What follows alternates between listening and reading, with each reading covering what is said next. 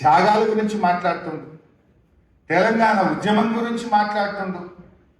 నేను అంటున్నా, అసలు రేవంత్ రెడ్డి అనే వ్యక్తి తెలంగాణ ఉద్యమం గురించి మాట్లాడొచ్చునా?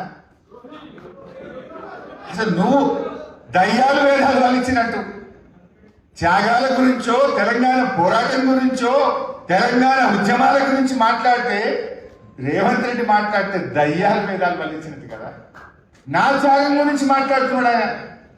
అరే మేము జైల్లో పడ్డాం, రైలు పట్టాల మీద రెండు రోజులు కంకర రాళ్ల మీద పండుకున్నాం, జైళ్ళలో పడ్డాం, లాంటి దెబ్బలు తిన్నాం.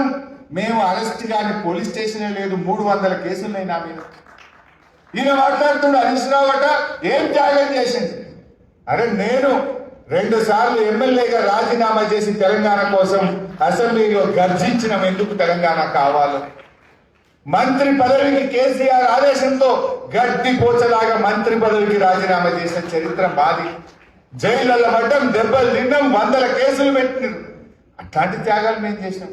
నువ్వేంది ఆంధ్ర బాబుల అడుగులకు మడుగులొత్తిన రేవంత్ రెడ్డి నువ్వా మాట్లాడేది? రాజీనామా చేయలే అంటే జిరాక్స్ కాగితం ఇచ్చి వెన్ను చూపి పారిపోయిన దత్తమని రేవంత్ రెడ్డి ఈయననా మాట్లాడేది? ఇవాళ ఈయన మాట్లాడుతున్నావు త్యాగాల గురించి, తెలంగాణ ఉద్యమం గురించి. అరే తుపాకీ ఎక్కువ పెట్టినావు కదా, జై తెలంగాణని ఎవర్రా అనేదని తుపాకీ పట్టుకొని కరీంనగర్ కు హైదరాబాద్కి వెళ్ళి బయలుదేరిన ఈ తుపాకీ రాముడు తెలంగాణ ఉద్యమం గురించి మాట్లాడతారట, త్యాగాల గురించి మాట్లాడతారట.